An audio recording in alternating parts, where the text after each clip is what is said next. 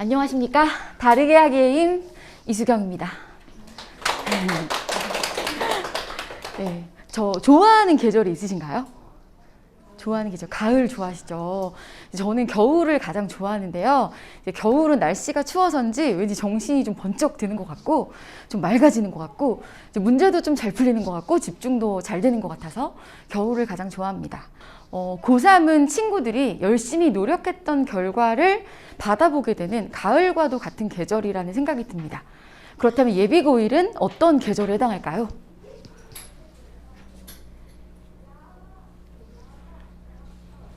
초등학교 때 열심히 읽었던 독서량, 열심히 공부했던 어휘를 씨를 뿌렸다고 본다면 이제 중학교 시절에는 친구들이 이제 그걸 열심히 가꾸고 여름에는 이 후끈한 바람과 뜨거운 햇볕을 견뎌내야 하는 좀 그 고통의 시간을 참아내야 되는 그런 시간이 아닌가 싶습니다.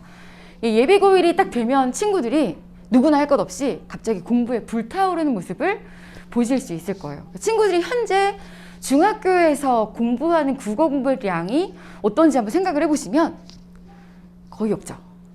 근데 이제 예비고1이 되면 친구들이 난생 처음 등급을 받는다는 생각이 들고 이제 이 점수가 그냥 단지 점수가 아닌 등수와 대학 입시와 이게 연관된다는 생각이 들기 때문에 이 예비고1 시기, 그러니까 지금 이 겨울방학부터 1월달, 2월달, 3월달까지는 친구들이 굉장히 불타오릅니다. 이제까지는 본 적 없는 공부량과 열의로 공부하는 모습을 아마 보실 수 있을 거예요. 대부분의 친구들이 이 시기에 굉장히 불타오르면서 엄마, 내가 화전고를 이렇게 발라버릴 거야. 이렇게 말은 하지 않더라도. 이렇게 말은 하지 않더라도 친구들이 마음속으로는 항상 누구나 다 그런 마음을 품고 공부를 열심히 합니다. 열심히의 기준이 누구나 다 같은 건 아니듯이 열심히 했지만 이 친구의 열심히와 이 친구의 열심히가 다르고 또 이 친구의 어떤 독해적인 바탕, 이 친구의 읽기의 어떤 능력치가 다르기 때문에 결과는 누구나 동일하지 않겠죠. 어떤 친구는 자기가 목표한 성적과 목표한 점수, 목표한 등급을 받아서 엄마, 나는 수시러. 그러니까 친구들이 이제 수시를 준비하는 친구들을 수시러라고 얘기하고 정시를 준비하는 친구들을 정시러라고 하는데 마음에 드는 성적, 그러니까 목표한 성적을 달성한 친구들은 엄마, 나는 수시러야. 나는 수시로 대학을 갈 거야. 라고 얘기를 할 겁니다.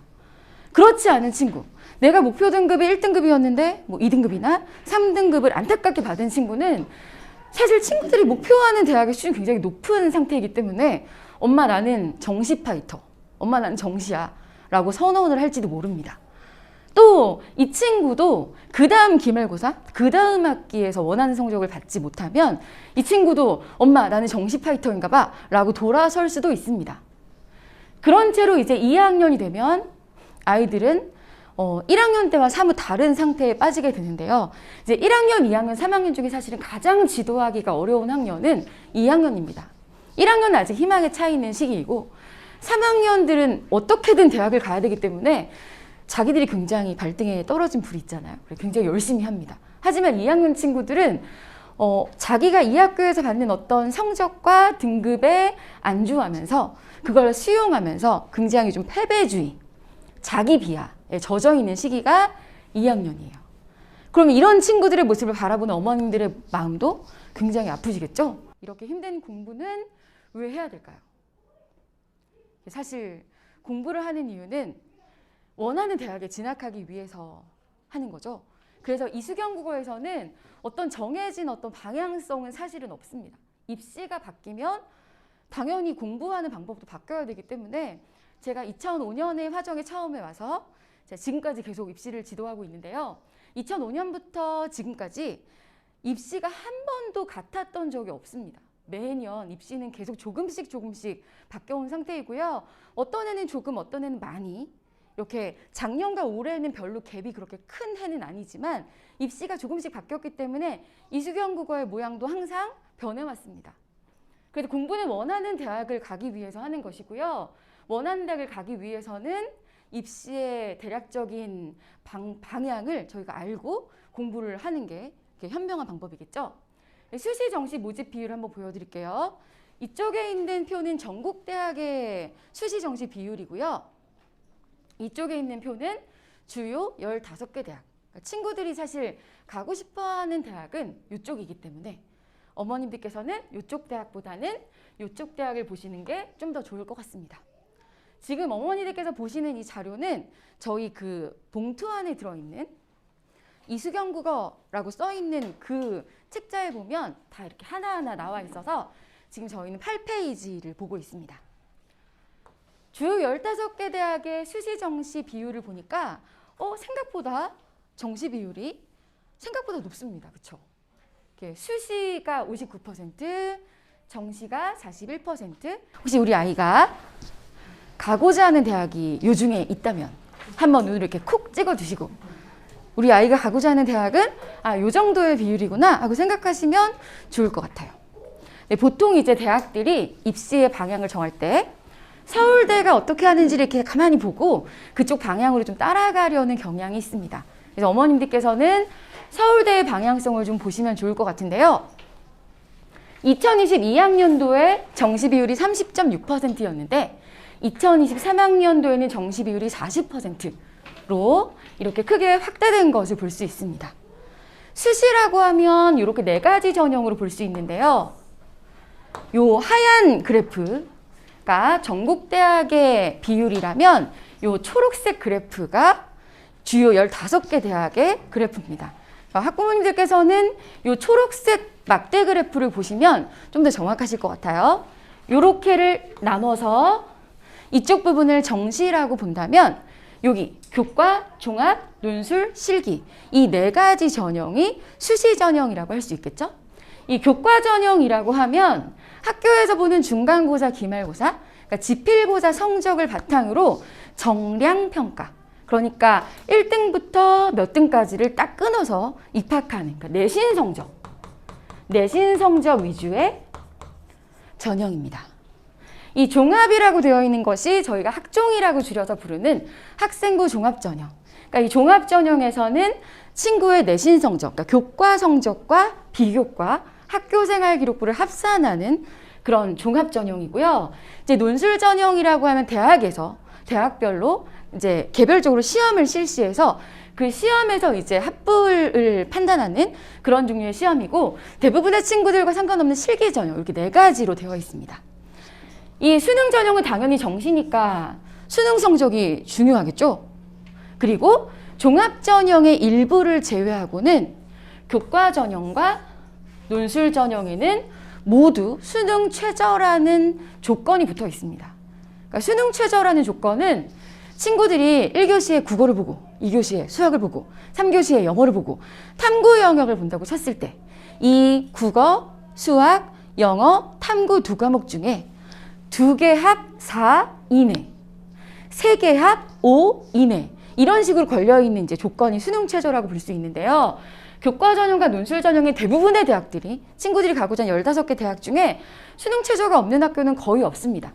종합 전형에도 일부 수능 최저가 걸려있는 그런 학교들도 있어서 요즘에 입시를 바르게 가는 친구들은 수능과 수시를 크게 구분하지 않는 추세입니다.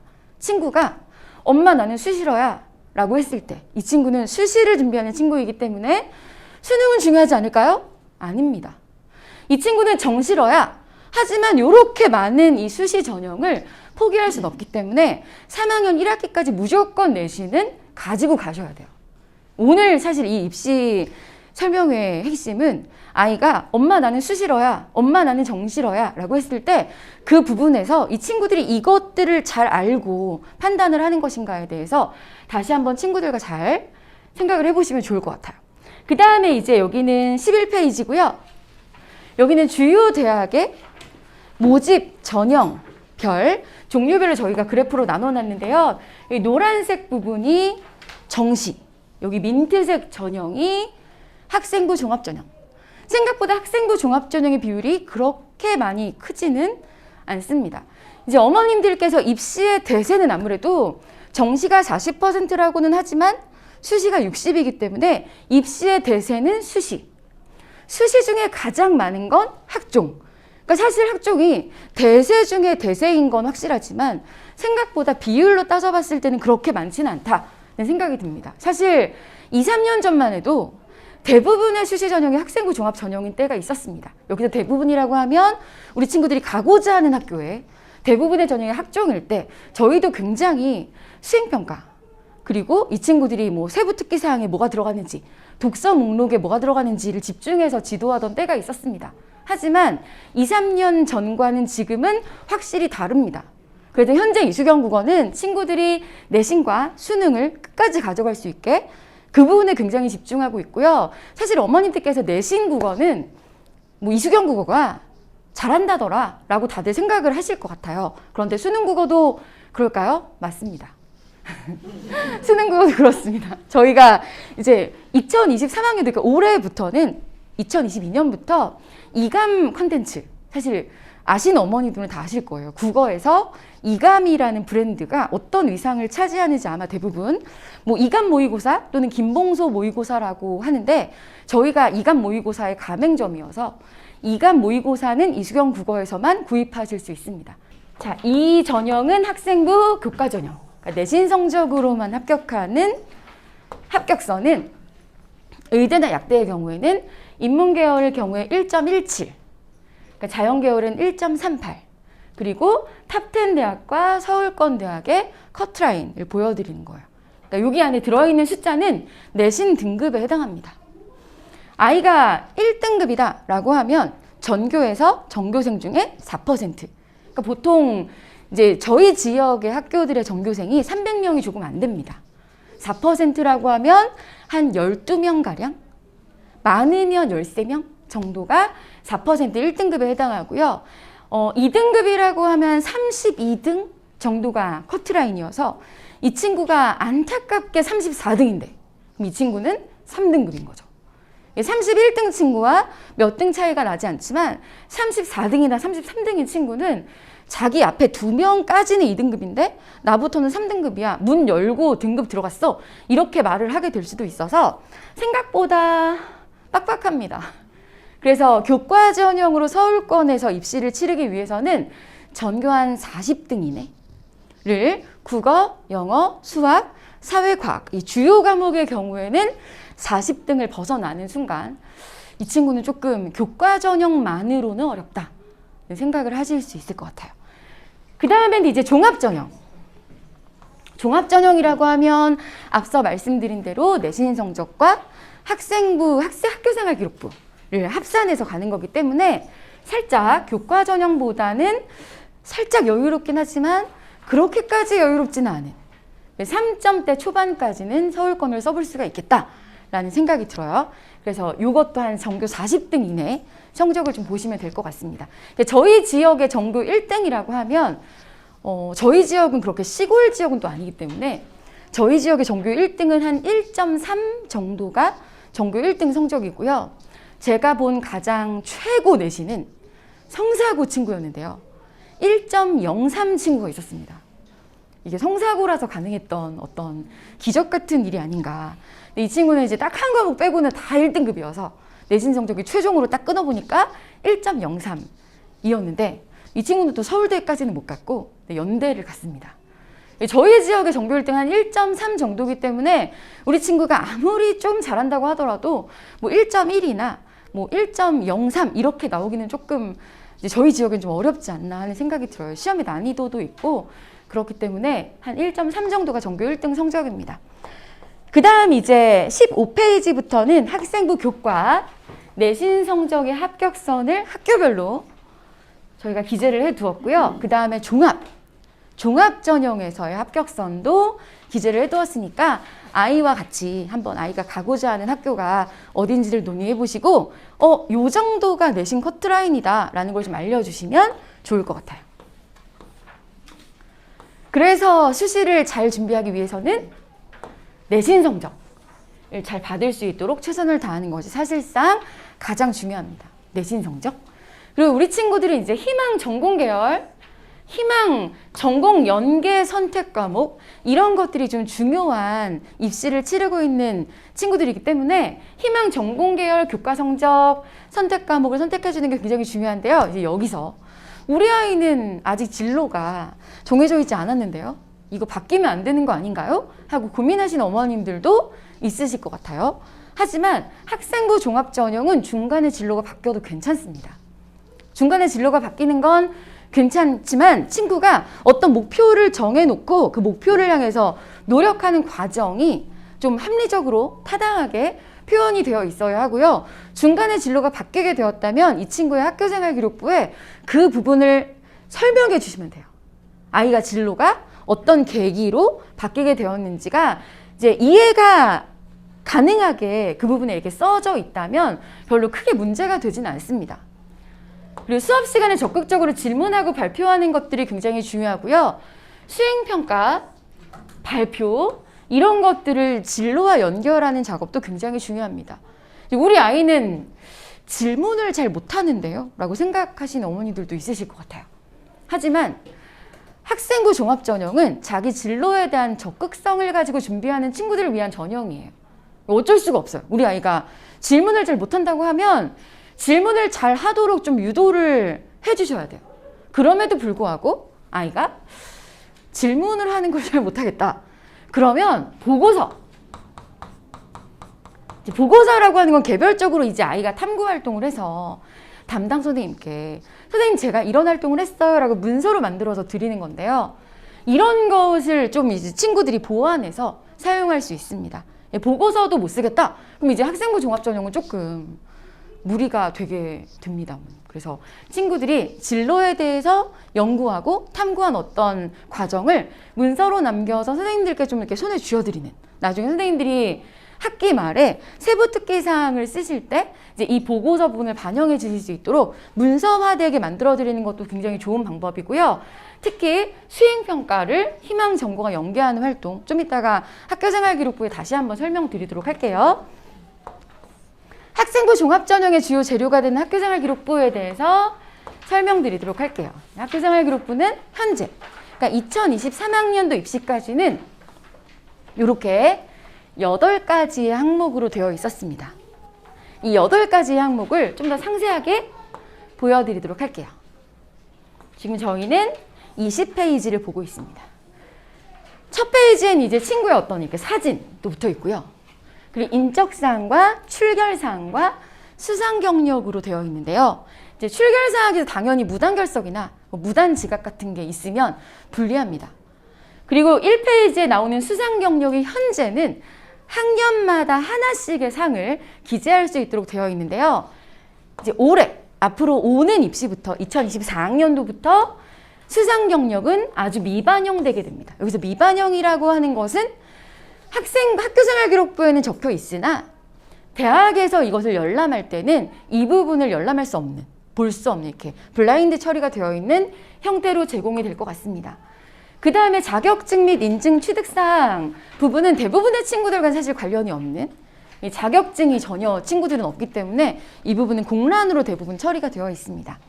그 다음 창의적 체험활동 상황, 친구들이 줄여 창체라고도 하는데 이제 어머니들께서는 자동봉진에 대한 얘기를 많이 들어보셨을 것 같아요. 이 창체 안에 자율활동, 동아리활동, 진로활동, 봉사활동 이렇게 4가지 파트가 들어있는데요.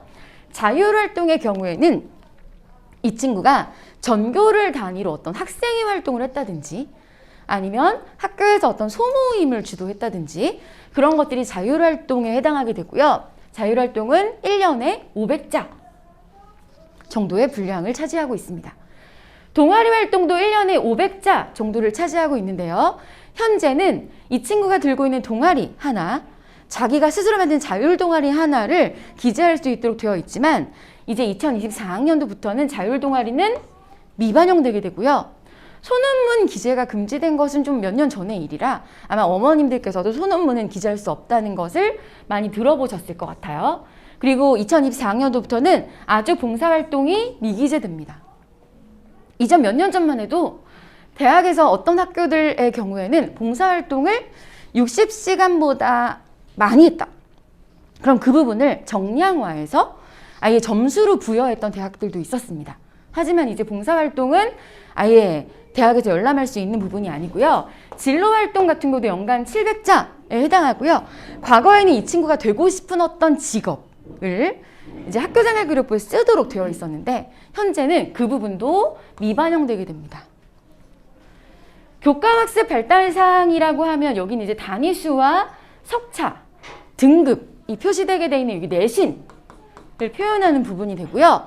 그 내신을 표현하는 부분을 넘기게 되면 이제 가장 중요한 교과학습 발달 상황 2라고 되어 있는 세부 능력 및 특기사항 부분입니다. 친구들이 줄여서 세특이라고 하는 부분이 이 부분인데요. 과목마다 국어 담당 선생님께서 이 친구의 그 과목에 대한 능력치를 써주십니다. 그런데 이 분량이 엄청납니다. 각 과목당 500자로 되어 있어서 학년마다 500자니까 자율활동이 1년에 500자, 그러니까 1학년 때 500자, 2학년 때 500자, 3학년 1학기 500자, 총 1500자인데 세특의 경우엔 국어 과목 하나만 1학년 때 500자, 2학년 때 500자, 3학년 1학기에 500자, 1500자, 분량이 엄청납니다. 그래서 학교생활기록부의 대부분의 분량은 여기 세특이라고 볼 수 있는데요. 세특에 기록되는 내용은 발표 내용, 수업 참여도, 이 친구의 학업 능력, 발전 가능성 등을 포함하고 있는데요.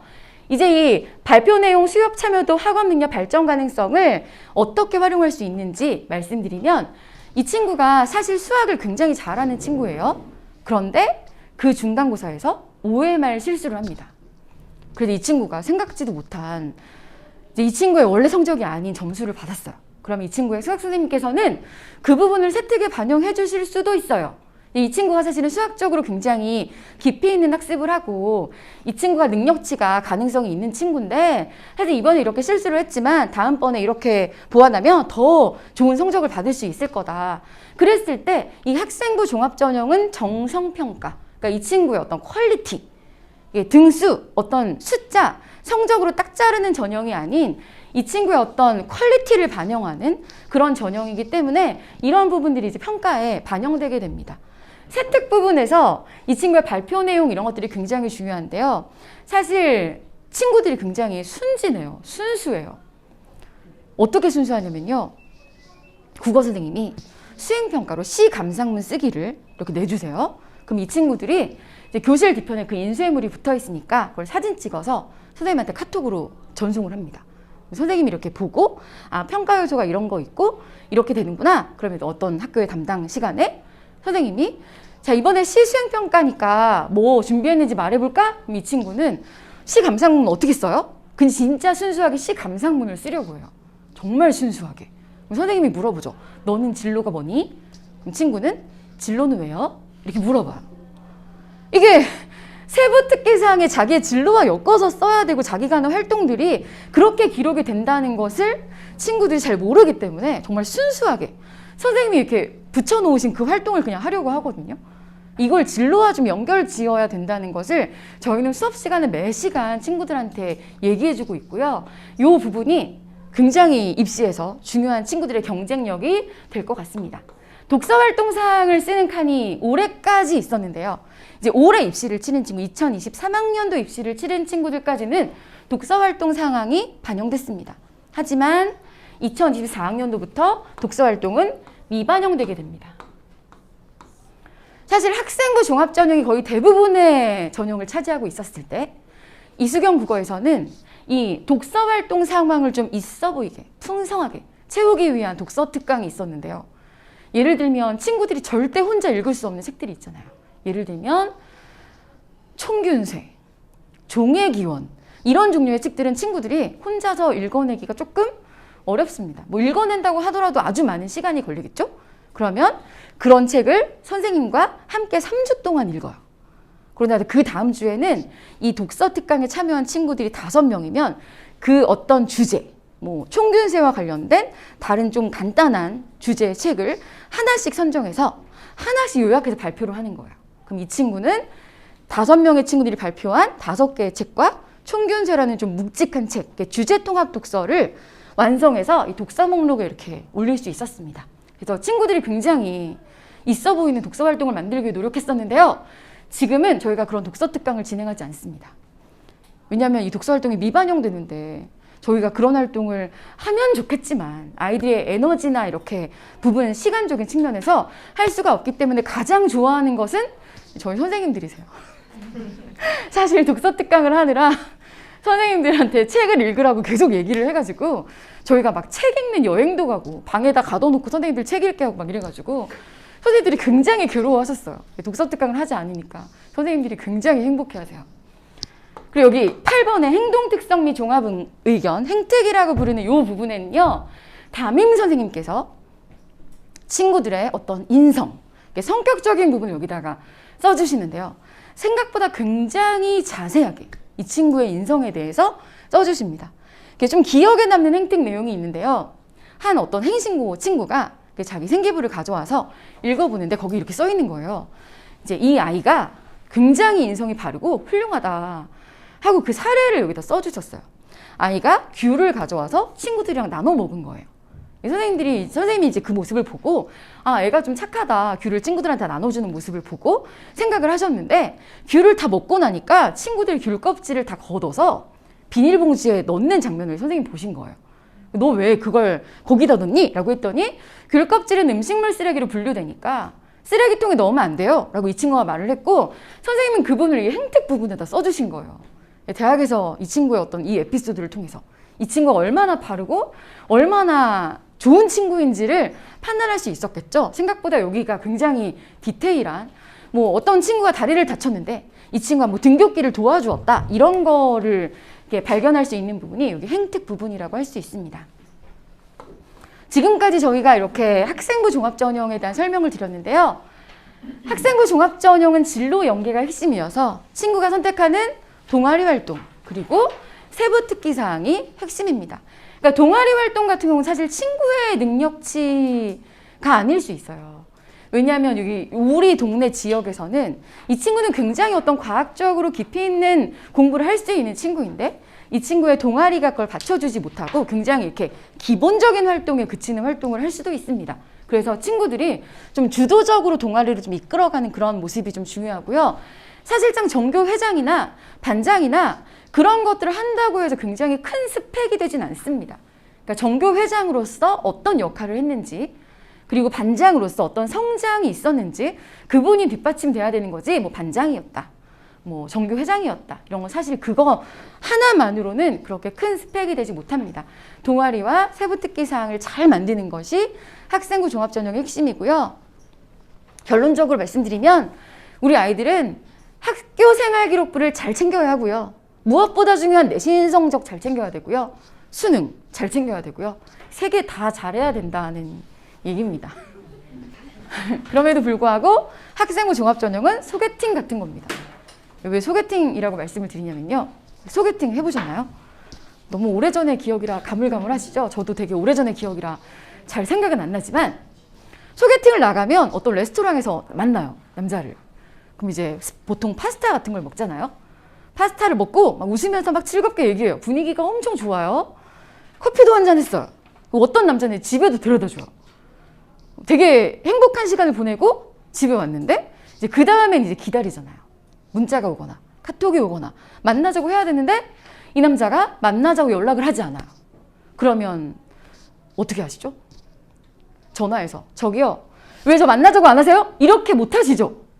그냥 아, 까였구나 이렇게 생각하시죠? 사실 학종은 대학에서 이 아이를 싫다고 하는데 이유를 몰라요. 붙은 아이도 자기가 왜 붙었는지를 몰라요. 자기보다 내신 성적이 높은 애는 떨어졌는데 나는 합격이라고 하는데 자기는 왜 붙었는지 알 길이 없는 거죠. 사실 학종은 소개팅 같은 거기 때문에 친구들이 입시에서 주도권을 가지기가 좀 어렵습니다. 그래서 친구들은 비교과를 잘 챙기면서 내신 성적과 수능 성적을 잘 챙겨놓는 거, 이걸 좀 기억해 주시면 좋을 것 같아요. 3학년 1학기까지는 무조건 내신은 포기하는 게 아닙니다.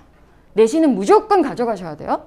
친구들이 한 번의 시험을 실패하고 나서 엄마, 나 이 성적으로는 내가 원하는 대학 못 가니까 나 내신 버릴 거야. 그럴 때 속아 넘어가시면 안 돼요. 그 친구는 여기가 바닥일 거라고 생각할 겁니다. 하지만 여긴 바닥이 아니에요. 바닥 밑에는 지하실이 있고요. 지하실 밑에는 멘틀이 있고요. 외핵이 있고요. 내핵이 있고요. 내신은 진짜 밑도 끝도 없이 내려갈 수 있습니다. 3학년 1학기까지는 무조건 내신을 챙겨가셔야 돼요. 이거는 4점대 친구나 5점대 친구도 변함이 없는 이 입시의 진리입니다. 내신은 무조건 끝까지 챙겨가셔야 하고요. 수능 성적도 굉장히 중요하니까 수능 성적도 끝까지 챙겨가셔야 돼요. 우리 아이가 내신이 1점이다, 1.3이다 라고 하더라도 아이가 원하는 눈높이의 입시를 치르기 위해서는 수능 성적이 반드시 필요합니다. 마지막으로 이제 사례 분석을 좀 설명드리면서 마무리하려고 하는데요. 특목고생, 진로 연계활동 우수, 특목고 친구들은 무조건 일반고 친구들보다 학교생활 기록부가 좋습니다. 그냥 좋은 게 아니라 상당히 좋습니다. 일반고 친구의 경우에는 제가 물어봐요. 여기 이렇게 돼 있는데 이거 무슨 활동이야? 그러면 모르겠대요. 여기 너 이거 이렇게 했다고 써 있는데 이거 무슨 활동이었어? 그럼 자기는 그런 활동을 한 적이 없대요. 근데 자기 생기부에 그 내용이 써 있습니다. 왜 그럴까요? 그 학교 친구들은 전교생이 다 똑같이 그 내용이 들어 있습니다. 그런데 특목고 친구들의 경우에는 사실 그런 헛소리가 한 줄도 없어요. 그냥 무조건 이 아이의 진로, 이 아이의 이 역량을 잘 드러내줄 수 있는 그런 부분들로 되어 있기 때문에 사실상 학생부 종합전형에서는 상당히 특목고생들이 유리한 부분이 있습니다. 하지만 이 친구들 내신 성적이 부진하겠죠. 사실 특목고생이라고 하더라도 4등급 이하부터는 사실 그냥 정시러라고 보셔야 될 것 같아요. 그래서 내신 성적이 좀 부진하다라고 했을 때 당연히 이 친구는 특목고생이고 자기가 공부를 잘한다고 생각해서 특목고를 간 친구이기 때문에 모의고사 성적, 수능 성적이 우수할 겁니다. 그럼 이 친구는 어떤 전형에 지원해야 될까요? 학종을 다 우주 상향으로 던집니다. 왜요? 이 친구는 수능 성적이 있기 때문이죠. 우주 상향으로 학종을 던지고 뭐 떨어지면 뭐 수능으로 가지 뭐 라는 작전이 가장 타당할 겁니다. 두 번째 친구, 가장 이상적인 친구인데요. 일반고생인데 학교생활 기록부도 좀 괜찮고 내신도 1점대 중후반이면 뭐 서울대를 넣을지 말지는 이 친구가 결정하겠지만 고대나 연대까지는 넣어볼 수 있습니다. 모의고사 성적도 우수하다면 이 친구도 마찬가지로 학종으로 높은 학교들을 넣고 뭐 안정적으로 교과를 넣는다라고 하면 모의고사 성적보다 모의고사 성적을 갈 수 있는 그런 수준의 학교보다 아래 학교는 수시에서 넣을 필요가 없겠죠. 그래서 수능 성적은 항상 수시 전형의 마지노선이라고 보시면 돼요. 수능 성적으로 갈 수 있는 학교는 수시로 넣을 필요가 없기 때문이에요. 자, 세 번째 사례 볼게요. 일반고생 친구인데요. 이 친구도 진로 활동을 활발하게 했습니다. 내신도 2점대 초중반이라고 하면 이 친구도 굉장히 훌륭한 친구입니다. 전교에서 한 20등 정도의 성적을 거의 벗어난 적이 없다는 뜻인데요. 이 친구는 모의고사 성적이 부진할 수 있습니다. 이 지역에서 흔하게 발견되는 친구 유형이에요. 이 친구는 어떤 전형을 넣어야 될까요? 학종으로 상위 대학을 넣고 교과로 아래를 깔아줘야 되겠죠. 이 친구는 수시에서 끝장을 봐야 하는 친구입니다. 그러면 이 친구는 눈높이를 어디까지 낮춰야 할까요? 2점대 초중반인데, 국민대, 숭실대까지도 낮춰야 할 수 있습니다. 수능으로 받쳐주는 성적이 없기 때문이죠. 반면에 네 번째 친구, 일반고생이고 열심히 생활기록부도 만들었는데 내신 성적이 3점대 중후반 친구입니다. 이 친구는 모의고사 성적이 우수하기 때문에 이 친구는 자존심을 좀 내세워서 입시를 치를 수도 있습니다. 나는 3점대 중후반이지만 상명대, 명지대까지는 안 넣겠다. 선생님 저는 국민대까지만 넣을 거예요. 라고 하고 그 밑에 학교들은 수능 성적으로 뚫으면 되니까 이 친구도 수시 전형에서 이 친구보다 훨씬 유리할 수 있어요. 그래서 어머님들께서 내신을 최대한으로 끌어올리는 것과 이 친구가 받쳐줄 수 있는 그 수시 전형의 마지노선을 만들어주는 수능 성적을 만들어주는 거, 그게 입시에서 가장 타당한 전략이라고 보시면 될 것 같습니다. 제가 준비한 입시에 대한 설명은 여기까지고요. 이제 저희 고1 팀장 김현지 선생님께서 이수경 국어에서 어떻게 수업을 하고 있는지를 간략히 설명해 주실 거예요. 안녕하십니까. 고1 팀장 김현지입니다. 제가 이제 원장님의 뒤를 이어서 이제 저희 고1 친구들이 실제적으로 어떻게 이제 수업을 할지에 대해서 먼저 설명을 드릴 건데요. 그 전에 제가 이제 근래에 깨달음을 얻은 거에 있어서 하나 말씀드리려고 해요. 제가 이제 젊음만 믿고, 젊음만 믿고 비타민이나 뭐 이런 종합 영양제 등을 안 먹고 있었는데, 이제 좀 먹어야 때가 되지 않았을까라는 생각으로 이제 비타민을 먹기 시작했어요. 근데 추천받은 되게 유명하고 후기가 좋은 그런 비타민이었는데 이게 느낌 탓인지는 모르겠는데 정말로 좀 그 다음날 아침에 일어나는 게 좀 개운한 것 같고 너무 좋은 거예요. 그래서 이 좋음을 또 저만 알 수 없어서 제가 지인분들께 이제 지인 선생님께 선물을 해드리려고 했어요. 근데 또 혹시라는 게 있어서 선생님 그 비타민 혹시 괜찮으세요? 이렇게 여쭤봤더니 그 선생님께서는 이제 갑상선 문제로 좀 그 비타민이 좀 맞지 않는다고 하신 거예요. 그래서 여기서 이제 제가 느낀 게 이게 사람마다 사실 필요한 영양소도 다 다르고 그렇게 유명하고 그렇게 후기가 좋은 것도 사실 어떤 사람한테는 그렇게 별로 도움이 되지 않을 수 있구나 라는 생각이 들었습니다. 근데 또 제가 여기서 우리 친구들 생각을 안 할 수가 없잖아요. 사실 우리 친구들도 저는 마찬가지라고 생각해요. 우리 친구들한테 사실 좋은 것들, 학교에서도 뭐 좋은 거, 학원에서도 좋은 거, 다 좋은 것들만 이렇게 해주고 싶으시잖아요. 근데 그 좋은 것들을 사실 본인한테 맞는 걸 알맞게 섭취하는 것도 정말 중요한데, 우리 친구들이 정말 알고 섭취하는지, 우리 친구들한테 필요한 것을 지금 골라 먹고 있는지, 에 대해서 어머님들께서도 한번 생각해 보시길 바라면서 제가 준비한 것은 일단 저희 이수경 국어학원에서는 앞에서 말씀드렸다시피 우리 아이에게 필요한 수업을 하는 게 가장 큰 목표입니다. 그래서 우리 아이들에게 필요한 것을 알아내기 위해선 가장 기본이 되는 건 우리 친구들에 대한 관심이라고 생각합니다. 우리 친구들에 대한 관심과 관찰이 바탕이 되어야 우리 친구들이 필요한 것은 무엇이고 불필요한 것은 무엇인지를 좀 알아볼 수 있겠죠. 그래서 우리 친구들에 대한 관심과 관찰을 바탕으로 하여 우리 아이에게 맞는 올바른 방향과 지속적인 훈련을 저희는 돕고 있습니다. 저희 이수경 국어학원은 대학 입시에서 꼭 필요한 4가지 방법 중에 내신 국어와 수능 국어를 같이 공부하고 있는데요. 먼저 수능 국어에 대해서 좀 소개를 말씀드리려고 합니다. 자, 수능 국어는 총 45문항을 80분 동안 해결하는 시험인데요. 공통과목 34문항과 선택과목 11문항으로 구성되어 출제됩니다. 공통과목은 어머님들께서도 이미 아시다시피 문학과 비문학으로 이루어져 있는데 날이 갈수록 정말 어려워지고 있습니다. 물론 올해 수능이야 작년보다는 좀 괜찮았다 라는 후기도 많았지만 이 전이 너무 비정상적이었던 거예요. 너무너무 지금 계속 어렵고 어려운 추세고 우리 친구들한테 높은 수준의 독해력을 요구하고 있습니다. 또 선택 과목은 이제 예전에는 이 선택 과목이라는 것이 따로 없었고 저희가 수능에서 1번부터 15번까지 화법과 장문 그리고 문법이 같이 섞여서 출제가 됐었는데요. 지금 현재는 우리 아이가 화법과 장문 혹은 언어와 매체 중 2과목에서 한 과목을 선택해서 응시할 수 있습니다. 그러면 이 화법과 장문, 언어와 매체, 우리 아이에게 어떤 것이 맞을지에 대해서 간략하게 좀 소개를 드릴 건데요. 먼저 화법과 장문은 말하기와 글쓰기 부분으로 우리 친구들이 이렇게 긴 낯선 지문을 독해력을 바탕으로 읽어내는 문제입니다. 하지만 우리 친구들이 지금 당장 제가 이제 우리 친구한테 우리 화법과 장문 1학년 거 한번 풀어볼까? 라고 한다면 우리 친구들 바로 앉아서 풀 수는 있습니다. 물론 틀리는 문제가 있긴 있겠죠. 어렵기는 하니까. 근데 우리 친구들이 일단 글 읽기를 계속 초등학교, 중학교에서 배워왔기 때문에 지금 당장 얘를 접근을 못하지는 않습니다. 그래서 평소에 요구되는 학습량이 언어와 매체보다는 상대적으로 좀 낮은 편입니다. 우리 친구들의 독해력을 바탕으로 문항을 읽는 것이기 때문에요.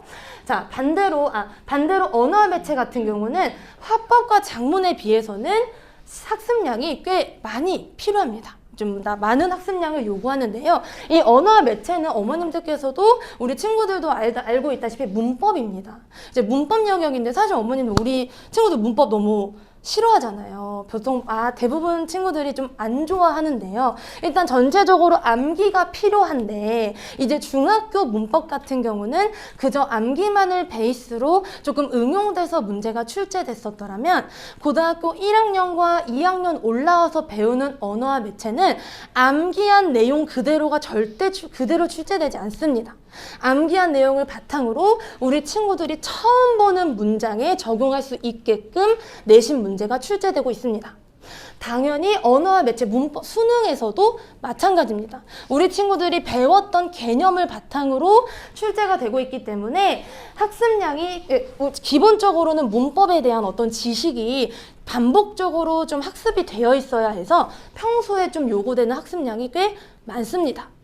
자, 그러면 화법과 작문 그리고 언어와 매체는 어떤 차이가 또 있냐. 화법과 작문은 평소 학습량이 좀 낮은 편인 대신에 수능에서 난이도가 만약에 아주 매우 어려웠다면 여기서부터 우리가 평소와 다른 점수를 받을 수가 있습니다. 평소에는 우리 친구가 계속 화법과 작문을 공부를 했어서 무난하게 괜찮겠다, 선택 과목은 이 정도면 괜찮겠다 하고 준비를 했는데 수능 때 너무 어려운 거예요. 그럼 얘가 지금 낯선 지문을 독해력을 바탕으로 물론 어느 정도의 훈련이 필요하지만 그렇게 접근하는 문제인데 여기서부터 지금 시간 싸움에 질 수가 있습니다. 문제가 어려워지면. 그럼 여기서 시간 싸움에 진다는 것은 또 어떻게 연결이 되냐? 여기서 지는 거예요. 공통 과목에서. 우리가 이 공통 과목은 앞에서 말씀드렸다시피 정말 계속 어렵게 출제되고 있는데요. 우리 친구들이 상대적으로 취약점이 다 다르지만 문학을 어려워하는 친구가 있고 문학 중에 고전소설, 유난히 이제 어려워하는 고전시가 고전에서 좀 어려움을 겪는 친구들이 있고요. 혹은 반대로 우리 친구가 문학은 잘하는데 독서, 이제 비문학 영역에서 시간이 꽤 걸리는 친구들이 있습니다. 그럼 사실상 우리가 이 선택 과목에서 시간을 확보해야만 공통 과목에서 단 한 문제라도 좀 더 집중해서 정답에 가깝게 우리가 풀 수 있는데 여기서 시간 싸움에 져버리게 되면은 공통 과목도 좀 페이스가 말린다 그러죠. 좀 무너질 가능성이 있습니다. 반대로 언어와 매체는 평소에 요구되는 학습량은 많지만 우리 친구들이 배웠던 문법 개념을 바탕으로 출제가 되기 때문에 상대적으로 화작에 비해서 상대적으로는 평소 문제 푸는 시간에서 좀 유리한 점을 가져갈 수 있습니다. 그래서 우리 친구가 어떤 타입인지가 먼저 가장 중요할 것 같아요. 우리 친구가 어느 정도 독해가 되고 물론 아직 훈련이 필요하지만 어느 정도 좀 읽기 능력이 있고 화법과 작문 기출을 좀 1학년 때 꾸준히 풀어봤더니 계속 여기서 오답이 그렇게 많이 나오지 않는다 하면 화법과 작문 선택을 하는 것을 좀 추천드리고요. 반대로 우리 친구가 좀 독해력이 약하다. 근데 오래 앉아서 성실하게 공부하는 친구고 암기를 좀 잘하는 친구다 하면은 저는 언어와 매체를 추천드립니다. 그래서 이 선택 과목의 선택은 언제쯤 하냐면 이제 고등학교 1학년 올라가서 하반기 이제 2학년 올라올 때쯤에 이제 선택 과목을 학교에서도 이제 선택을 하게 되거든요. 그때 이제 우리 친구들이 우리 아이한테 맞는 방향을 이제 어머님들께서도 좀 알고 계시면 좀 선택에 도움이 되지 않을까 해서 좀 간단하게 말씀드려봤는데요. 저도 우리 친구들을 이제 곧 만날 거잖아요. 우리 친구들한테도 우리 아이가 화작이 맞을지 엄매가 맞을지를 좀 저도 열심히 좀 판단을 파악을 해서 우리 친구가 선택이 될 때 제가 꼭 올바른 방향을 제시할 수 있도록 하겠습니다. 자, 다음 페이지 넘어가 보시면 이제 앞에서도 이제 설명을 들으셨겠지만 수능 국어와 내신 국어는 긴밀하게 연관되어 있습니다. 연계되어 있는데요. 자, 여기 오른쪽에 24번 문항 올해 서정고 중간고사 1학년 이제 문법 문항입니다. 보기만 해도 좀 이렇게 눈에 확 안 들어오게 좀 어렵게 출제가 됐죠. 서정고가 꽤 시험이 어려운 편인데요. 요 시험 문항을 보고 제가 무슨 생각이 들었냐면 저 보기 어디서 봤는데? 하는 생각이 탁 드는 거예요. 그래서 뭐지 하다가 생각이 안 나서 제가 한번 맘먹고 찾아봤거든요. 그랬더니 조금 많이 오래되긴 했어요. 2010년에 고3 6월 모의고사 문법 문항으로 출제된 거예요. 이 보기를 서정고에서 요번에 이 문법 문항에 이렇게 연계해서 출제를 하셨습니다. 그럼 우리 친구들이 만약에 우리 친구들이 이런 모의고사 기출 유형에 익숙했던 친구고 충분히 훈련이 됐던 친구라면 이런 유형이 당황스럽지 않았을 것이고, 만약 우리 친구가 이런 유형을 우리 친구는 죄송합니다. 우리 친구는 분명 같이 훈련을 할 텐데, 그렇게 훈련을 만약에 못한 친구라면 분명 접해본 친구와 접해보지 않은 친구의 노련함 차이는 시험 성적에서 나타났을 것입니다. 또 여기 8번 문제 한번 같이 보실게요. 이 8번 문제는 문학과 관련된 문학 문제인데요. 표현상의 특징에 대한 가장 적절한 걸 고르는 문제입니다. 정답은 4번으로 나와 있는데 사실 이 문학 난이도 자체가 그렇게 어려웠던 것은 아닙니다. 근데 우리 친구들이 헷갈릴 수 있었던 문항이라고 생각해요. 왜 그러냐? 바로 요 2번에 나와 있는 개념어 때문인데요. 우리 친구들이 이 문학 개념어, 이 음성상징어라는 문학 개념어를 정확하게 인지하고 그걸 작품에서 찾아낼 수 있었더라면 이 문항에서 흔들리는 일은 없었을 것입니다. 근데 만약에 우리 친구들이 이 음성상징어라는 개념어를 몰랐다 하면은 혹은 알았는데 뭔지는 대충 아는데 어떻게 골라내지? 하는 이런 애매모호한 공부량이죠. 공부가 확실하게 되지 않았더라면 선지에서 내가 알고 있는 음성상징어가 이거기는 한데 여기서 이 톡톡이 음성상징어가 맞을까? 이렇게 시험에서 너무 혼란스러웠을 만한 문항입니다. 그러면 우리 친구들한테 중요한 건 이런 개념어 습득인 거잖아요. 저희는 이런 개념어 습득을 어디서 하냐? 수능 수업에서, 정규 수업에서 이런 음성상징어, 도치, 수미상관 같은 문학 개념어를 함께 공부하고 있습니다. 다음으로는 학교별 내신 국어의 경향에 대해서 말씀드리겠습니다. 자, 수능형 학교와 내신형 학교, 수행형 학교가 있는데요.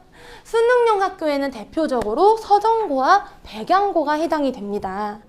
지금 서정고와 백양고는 시험 유형이 수능 유형으로 출제가 되고 교과 외 지문이 굉장히 많이 출제되기 때문에 시험이 굉장히 어렵고 까다롭습니다. 문항이 정말 어려워서 내신 성적을 만들기가 사실 그렇게 쉬운 학교들은 아닙니다. 그러면 이제 내신형 학교에는 어떤 학교들이 있냐?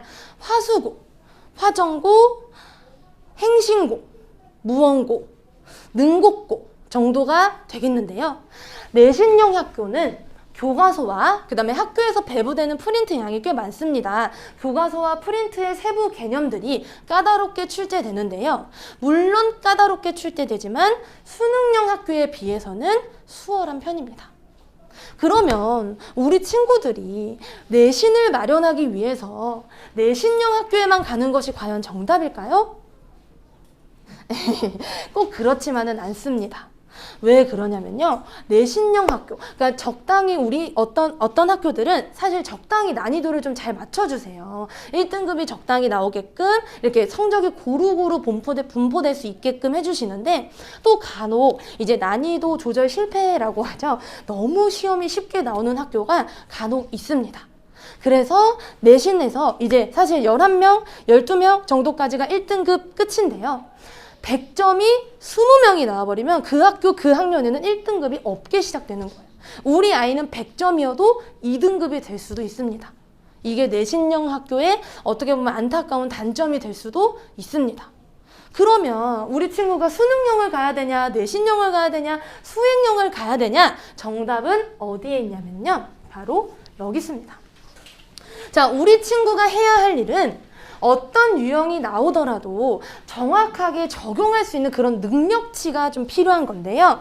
그 능력치를 저희가 같이 학습하기 위해서 정해진 시간 내에 이제 정해진 시간, 규칙적인 학습 습관을 바탕으로 우리 아이가 글을 정확히 읽고 이해할 수 있도록 같이 공부하고 있고요. 이렇게 배운 내용을 우리 학교 시험에 맞게 실수 없이 적용할 수 있도록 같이 훈련하고 있습니다.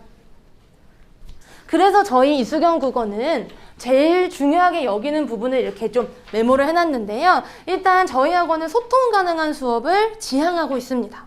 그래서 한 반의 정원을 9명으로 구성을 했는데요. 사실 9명이 어떻게 보면 많게도 느껴지고 어떻게 보면 적게도 느껴지는 그런 인원인데 제가 이제 수업을 해보니까 이 앞에서 이제 인원이 막 20명, 30명 되면은 좀 구석에 이렇게 졸고 있거나 하는 친구들이 물론 보이기는 하는데 인원이 많다 보니까 이렇게 컨트롤이 안 될 때가 있어요. 하지만 우리 친구들이 9명이라면 졸고 있는 것뿐만 아니라 우리 친구가 이렇게 열심히 탁탁탁 설명하고 있는데 이렇게 저를 이렇게 막 쳐다보고 있는 거예요. 근데 잘 이해하고 있구나 이런 눈빛이 물론 보이는데 간혹 이렇게 흐리멍텅한 눈을 보면서 저를 이렇게 쳐다보고 있을 때가 있습니다. 그럼 저 같은 경우는 보통 어떻게 하냐면요. 이해했어? 이렇게 물어봐요. 너 이해했어? 이렇게 물어보는데 그러면 이제 조금 이렇게 낯선 이제 어색한 친구들 있잖아요. 그럼 어색한 친구들은 이렇게 그저 고개만 이렇게 끄덕끄덕 거리는 친구들도 있고 좀 이렇게 적극적인 친구들은 아니요. 이렇게 솔직하게 말해줍니다. 근데 이제 우리 친구들이 비록 좀 어색해서 자기가 모른다고 하기가 좀 민망해서 이렇게 끄떡끄떡해도 사실 좀 어려운 부분이면 우리 친구들이 지금 어려워하고 있구나라는 게 눈에 보이거든요. 그런 부분을 놓치지 않기 위해서 저희가 수업 정원을 9명으로 구성을 했고요. 그리고 우리 아이 한 명 한 명에게 맞는 올바른 방향을 제시하기 위해서 저희 학원은 학생 맞춤형 멘토링을 진행하고 있습니다. 바로 어떻게 진행하냐면요. 이 내신 시험 평가지라는 겁니다.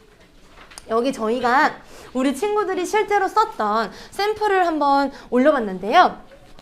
이 평가지는 어머님들께서 쉽게 생각해 주시면 오답쓰기예요. 오답쓰기. 사실 우리 친구들이 시험 끝나면 그 시험지 학교에서 이제 가지고 와라 하는 거 아니면 시험지 잘 덮어놓고 안 봅니다. 그쵸?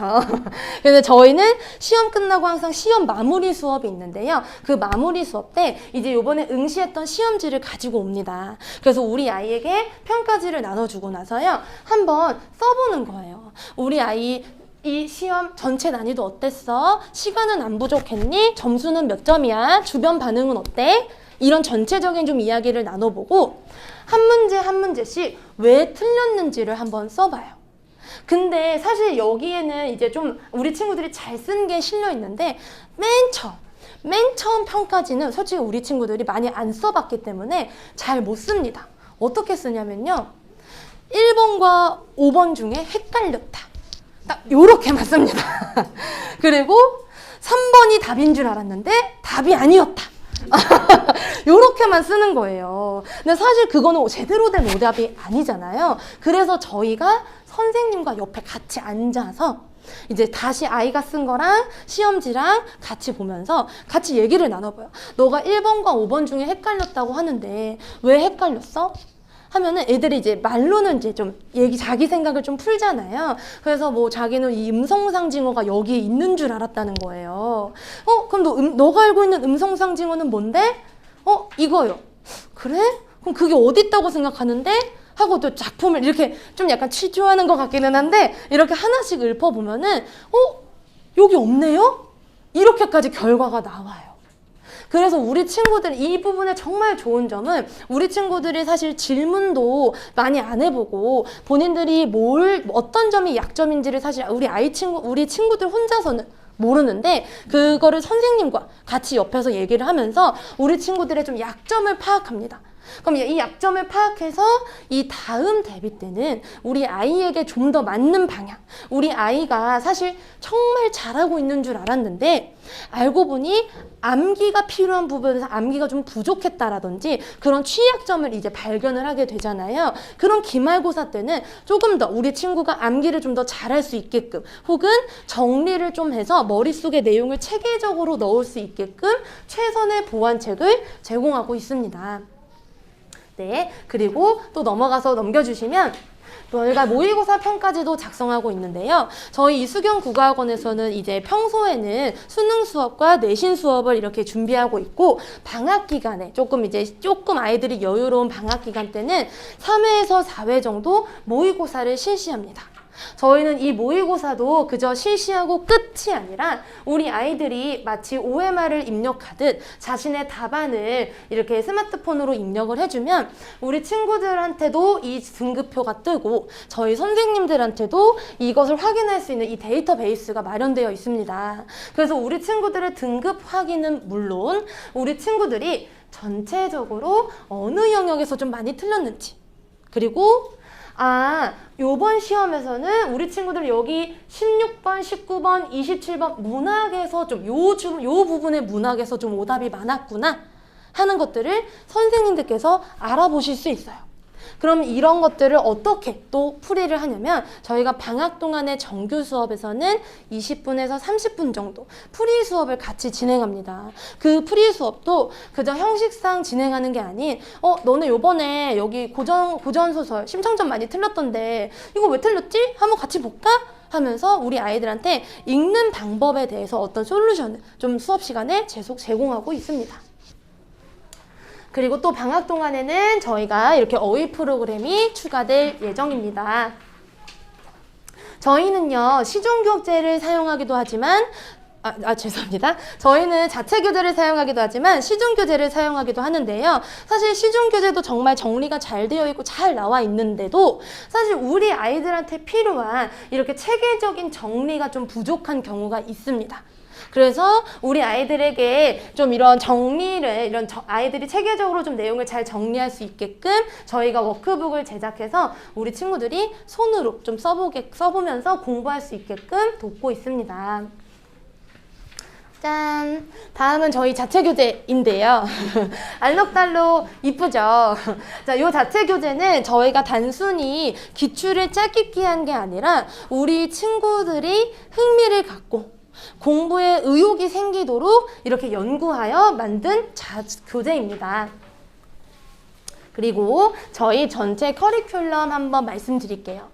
자, 저희 커리큘럼에서 먼저 여기 내신 대비 한번 봐주시면, 자, 이 내신 대비는 시험 이제 중간고사, 기말고사, 집필 이제 한 5주 전부터 내신 대비가 진행이 됩니다. 요 내신 대비는요, 저희가 학교별로 반을 구성해서 철저하게 학교별로 대비하고 있는데요. 학교별로 수업을 하면서 학교 교과서 필기, 학교 프린트 분석, 학교에서 받아온 프린트나 선생님들이 해주신 필기를 바탕으로 철저하게 반영하여 내신 대비를 하고 있습니다.